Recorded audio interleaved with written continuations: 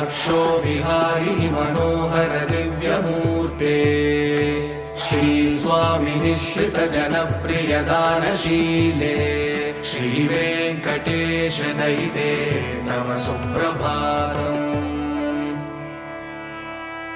तव सुप्रभातमरविन्दलोचने भवतु प्रसन्नमुखचन्द्रमण्डले विधिशङ्करेन्द्रवनिताभिरर्चिते वृषशैलनाथदयिते दयानिधे।